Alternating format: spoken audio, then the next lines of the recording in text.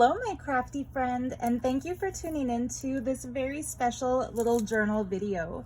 Before I get started with the flip through, I would like to give a shout out and a thanks to the wonderful, creative, imaginative YouTube junk journal artists, Jibid Neary, Rozu and Amity Bloom, because it's their storytelling journals that have inspired me to kind of try my hand at the art of binding a junk journal and also kind of weaving a storyline into it.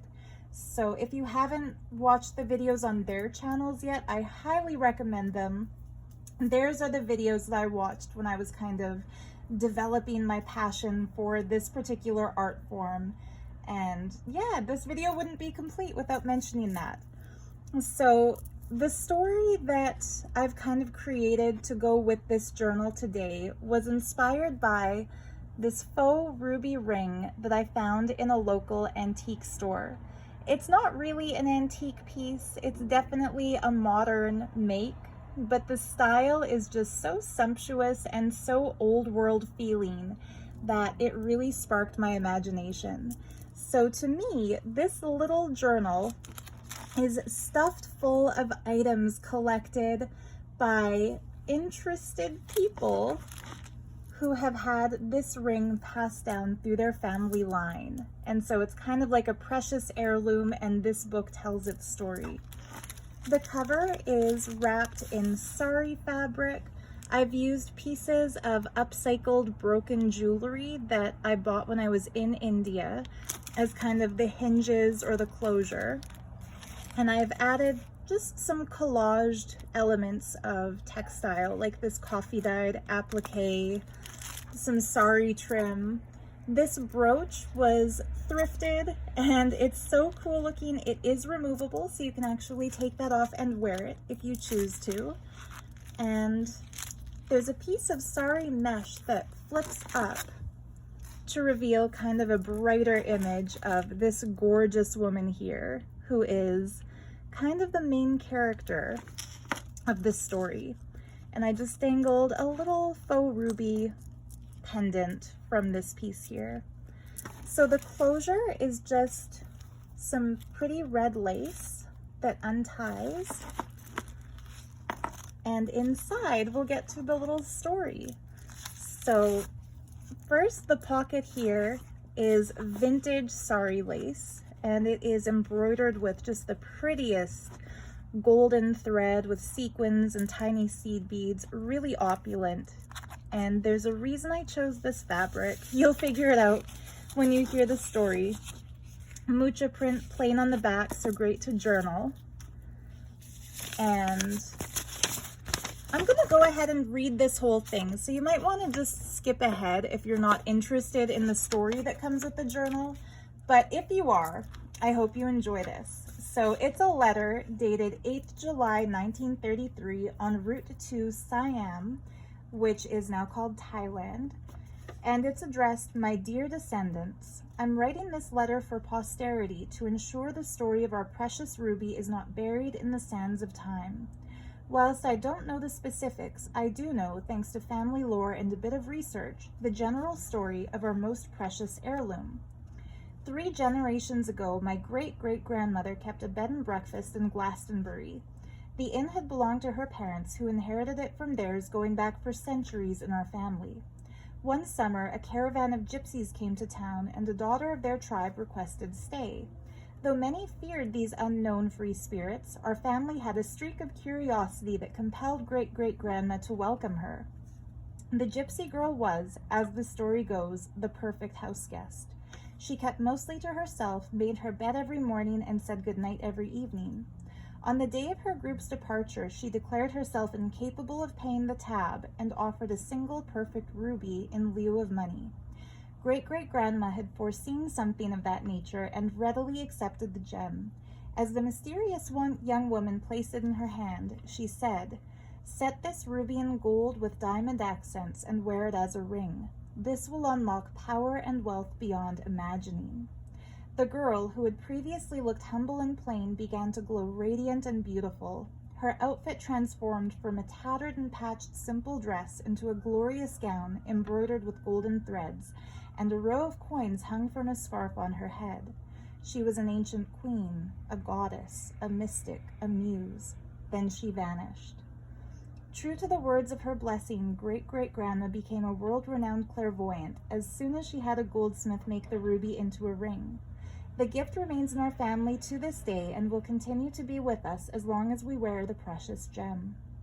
I've found fabrics like those she was said to wear, and rubies from Burma, Ceylon, and India, though no other with quite the same spark as ours. I'm now traveling to Siam in search of a jeweler who might shed light on this rare and powerful treasure. Whether or not I find the truth about the stone, the search will never be in vain, for seeing the world and meeting those who understand the power of gems continues to fill me with crystalline energy. May it enrich you as well, and on and on. Signed, Ruby the Third. So that's kind of the backstory to this little journal, that after receiving the gift of a ruby from a traveling mystic, a family or generations of women suddenly unlock their divine powers, their psychic abilities.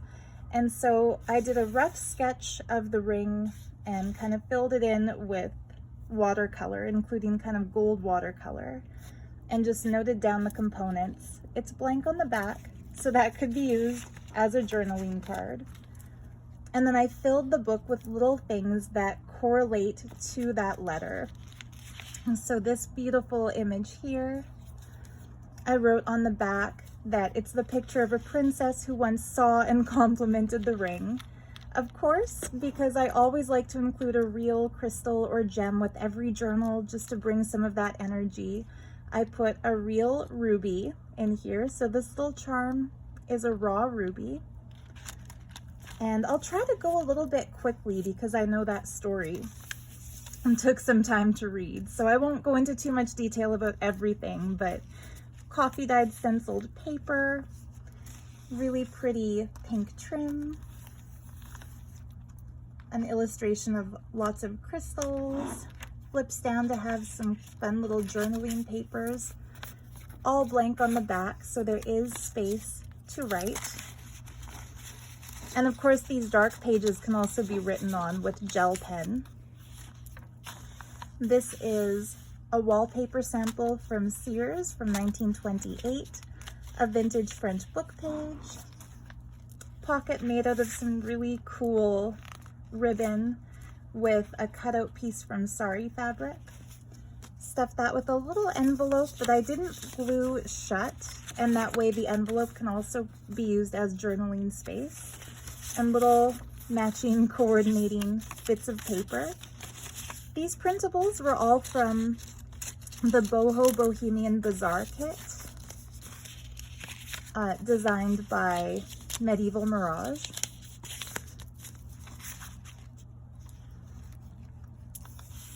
That's a really fun print too. It's from the Age of Enlightenment kit by Tailor Made Journals.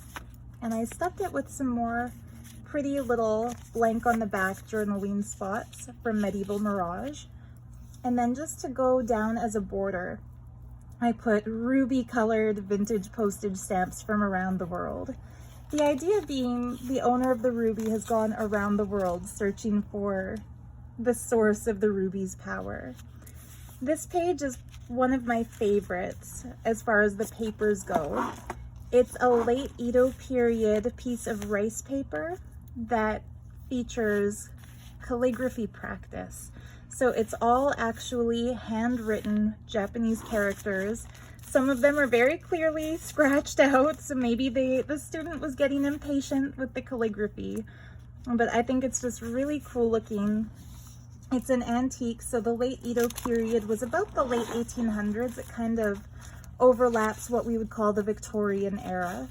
But that's a really fun, authentic piece of truly old Japanese ephemera. I hid a cool little star chart inside it, blank on the back, so you can very easily write on that. and another sample of that Sears wallpaper from 1928. And I imagine that this could be, for example, salvaged from the inn in Glastonbury, a little souvenir of that family home. This page here is also from that Age of Enlightenment kit, and it has lots of cool jewelry design illustrations, and I picked it because a lot of them feature rubies. This page is a genuine piece of French ephemera that holds a journaling card that I kind of inked around the edges to make it look vintage, with an image of the Oracle from Delphi, and she is dressed in ruby red robes.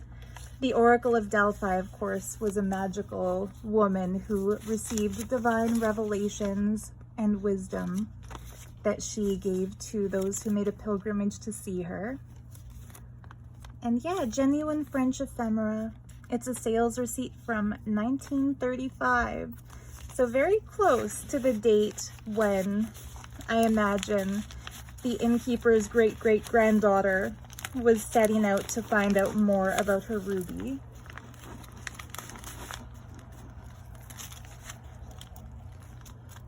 Made a beautiful big pocket out of this really lushly embroidered fabric.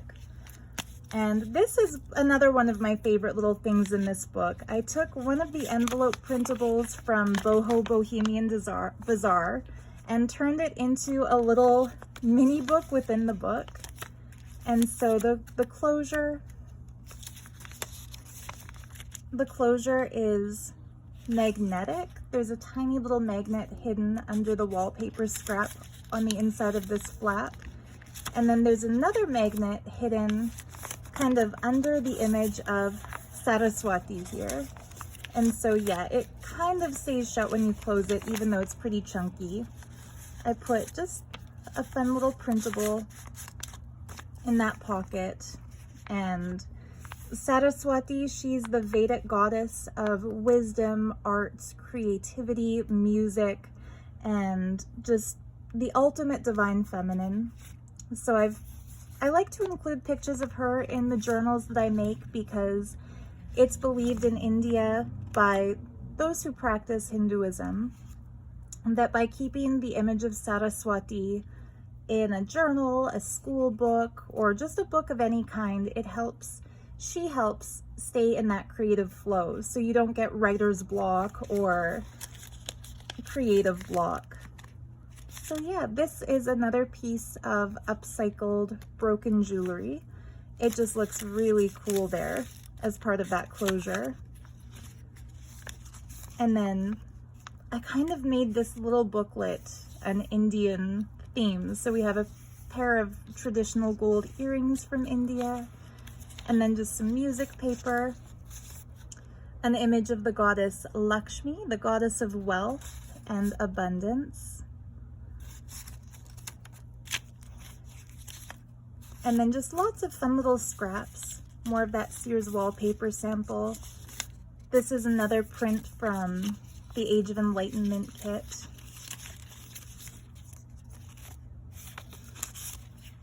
This cool jewelry illustration is actually a mengtika. So this is the ornament that would dangle down a lady's forehead with a little matching pair of earrings.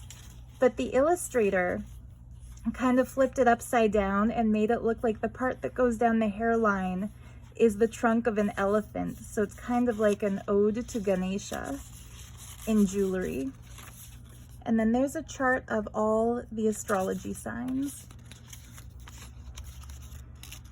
That was my first attempt to draw this ring. It didn't turn out quite as well.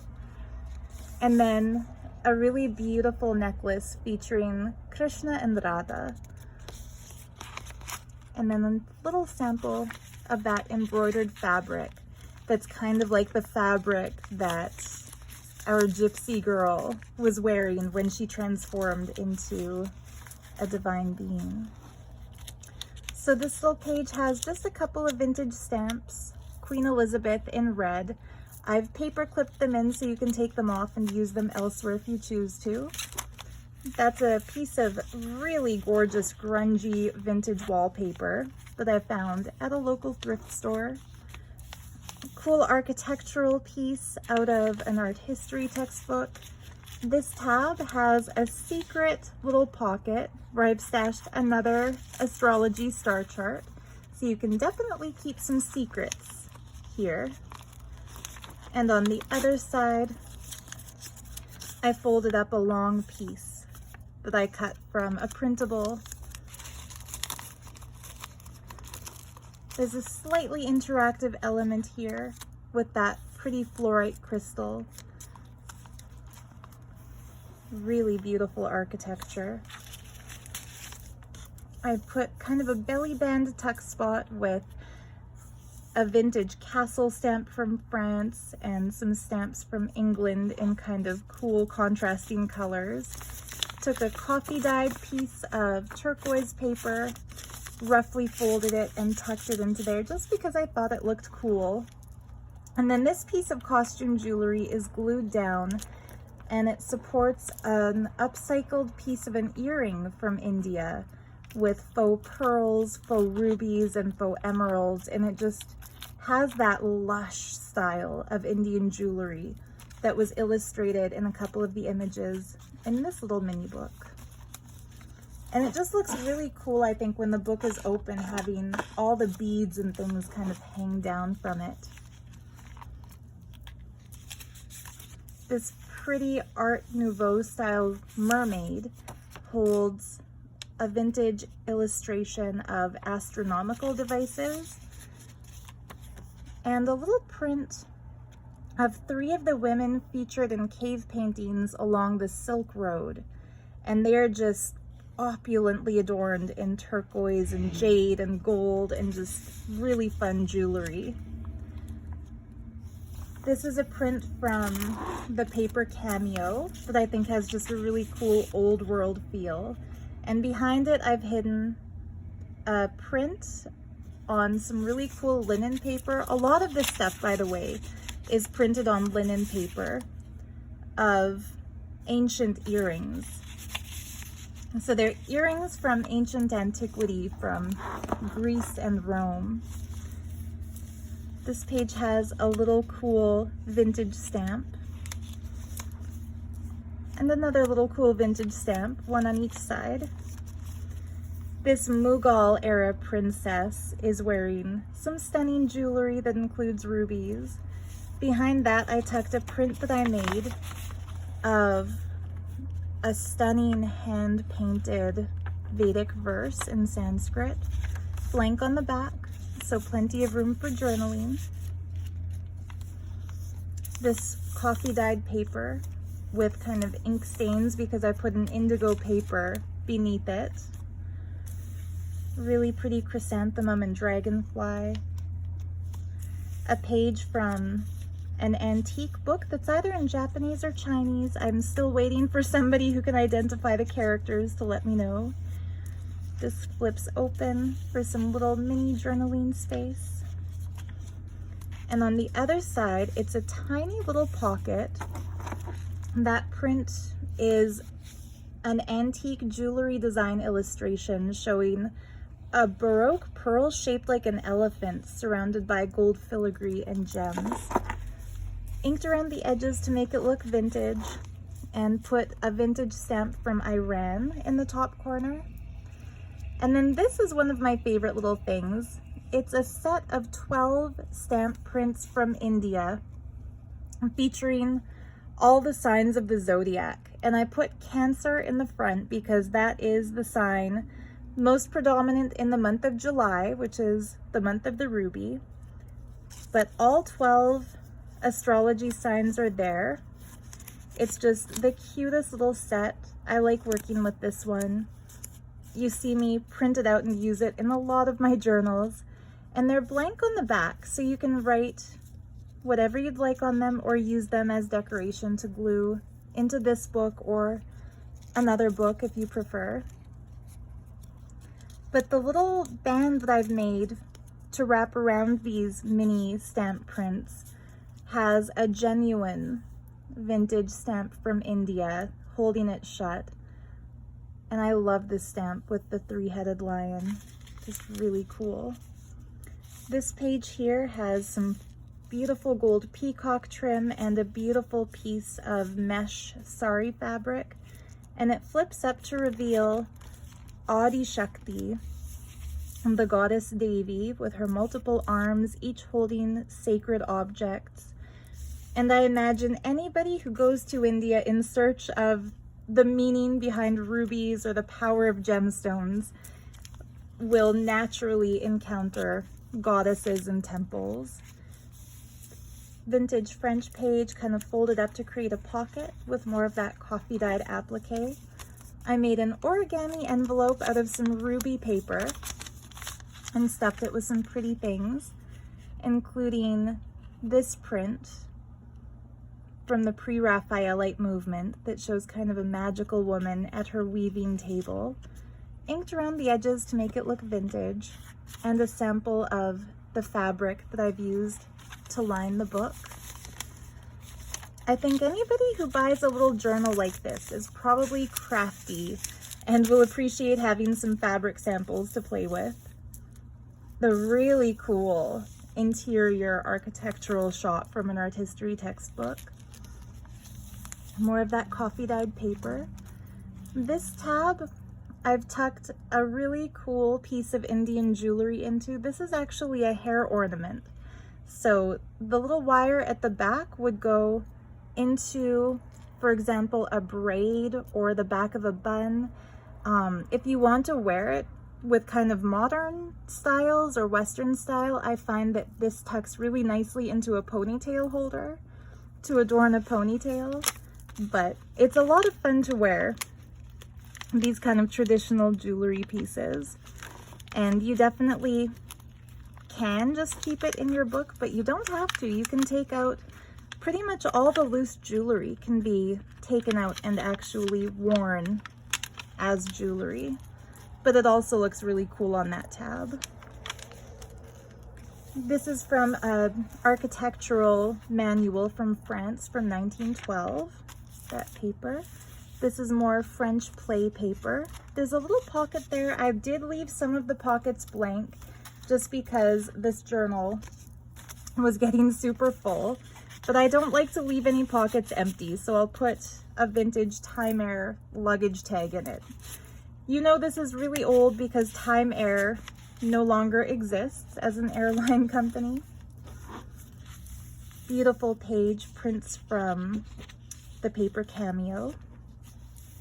Vintage music paper from 1935. This is a genuine used vintage envelope from France. I put another picture of our cover girl who looks like how I would imagine the Gypsy girl looked when she had her divine transformation. This envelope is also open at the top, and so it makes a great secret tuck spot. I put another Waterhouse painting, this time showing a magical woman gazing into her crystal ball. Fabric flip. The center of the signature has a piece that I tore from a wallpaper sample book of this really stunning peacock paper. Into one side, I've tucked a print that I made of a vintage Buddhist ornamental sacred object print. So it shows a staff, a bell, a statue, all kinds of cool sacred items. Blank on the back, so you could use that for journaling space.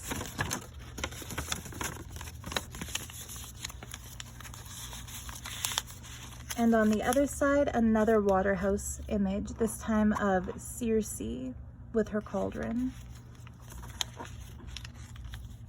And then from the signature strings, I've dangled a faux ruby and a boho bead, a really gorgeous Tibetan-inspired inlay bead with the mantra Om Mani Padme Hum to go with our Buddhist image here, and a protective eye charm. Every good psychic, mystic, or owner of a precious object needs to guard themselves against the evil eye of envy, and another little bit of upcycled Indian jewelry dangling from the bottom. So I think those look just really cool hanging out from the book. Another fabric flip on the other side of our envelope. In this one, I've tucked a folded over piece from the Age of Enlightenment kit. Those can be torn apart and used for collage, or made into a little skinny mini book, or just written in. Another fabric flip. I love this piece, by the way, of fabric.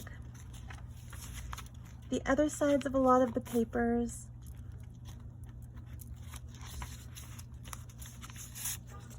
A really cool rug that can be used as a bookmark or a journaling card. Other side of that 1912 paper. Lots of journaling space. This beautiful sari trim piece I've made into a pocket, where I put a really cool postcard of the Golden Palace Temple in Thailand, which of course is our word now for Siam. Cool architectural page. That flips down so you can do a lot of collaging, or you can paint it white and write over it. It's another vintage French playbook. I've glued some vintage lace just as a decoration there. Some journaling space. This print was also by Tailor Made Journals in her Age of Enlightenment kit. I think the other sides of the pages sort of speak for themselves. This is a fun print from, I think it's called Style 24 Studios. She does really cool astrology, alchemy, herbology, and gemstone information pages. So these are the alchemical attributes to the gem of ruby. And it's blank on the back for journaling space. This I took from a book about gems that I found thrifting. On the other side, I've just kind of glued down a strip from my own printable kit, which is the 1928 Sears wallpaper prints. So this is how it looked when I printed it out, and I was low on ink when I printed it, so there are kind of lines going through, but I think it still looks nice. Other sides of these pages, that cool architecture. The other side of that vintage wallpaper border. I stuck some more little red stamps under a paper clip so you can do with them what you please. Dangled a gorgeous ohm charm. It's copper and it's starting to get some green patina, which is pretty cool. It's a newer piece, but I find patina on copper really does give it that cool aged look. The other side of this beautiful Japanese calligraphy practice paper. And into that, I tucked a print that I made of palmistry charts and lunar astrology charts that I found in an antique Japanese encyclopedia. So this page is original, but this page is a print on mulberry paper. And the texture of both of these papers is just beautiful. And I don't know about you, but I even like the look of the ink splot on that practice page. There's just something fun about it. Okay, we're coming to my favorite thing in the book, which is this. So I have a really beautiful book all about the jewelry of India. I think I've got it right here. I can show it to you. So it's called Traditional Jewelry of India, and the book is by Opie Untracked. I hope I'm pronouncing that properly, but it's just a really stunning book about traditional jewelry. And one page shows a chart of all the different styles of ear piercings and earrings and ear jewelry that women wear. So I imagine if somebody went to India in search of you know, legendary rubies and cool jewelry, they would probably be as fascinated as I am by the ornamental styles. So I coffee dyed a piece of tracing paper and then went ahead and by hand painstakingly, meticulously traced every single ear with cool earrings that was in that book. And so that I just folded over this page and then I clipped it in with a paper clip from which I've dangled a mantika. So this is a piece of hair part jewelry. You can actually wear it. This little piece here clips in at the back of your hair part, and this dangles down your hair part. This adorns the center of the forehead. And a little tip, if you decide to actually wear this or any mantika, when I was in India and would wear these on special occasions with a sari, especially for temple functions where we were expected to dress up, I found that it would slide around my forehead. And then one lovely Indian lady who saw me struggling with that pulled out of her cosmetic bag a little bit of eyelash glue and put a dab right in the center of the mantika and pressed that where it was supposed to stay on my forehead, and it's a game changer. So if you choose to wear that as jewelry, put a little eyelash glue on it. I put a bunch more red stamps in this little envelope, so those can be taken out and used in collaging. And at last, we're at the very end of the book. So in the last page, I made another beautiful ruby envelope out of origami paper, sealed it with this stunning sort of pink and red third eye looking sari trim piece, and included an entire deck of 78 miniature tarot cards that I printed out onto cardstock and then backed with some really cool medieval Mirage paper. So let's see what message we have for the day. I've pulled out the Knight of Cups, so that's a really cool message. The Knight of Cups is someone who is seeking sacred wisdom. The cups represent emotions, love, and the knight is somebody who's on the beginning of a new journey. So he's reaching his potential, reaching the fullness, the fulfillment of what he's meant to be. So when that card comes up in a reading, it means now is the time to start a new venture, open your heart to more love, and go after what you dream of. We also have the Three of Cups, which shows these three women having a celebratory drink together.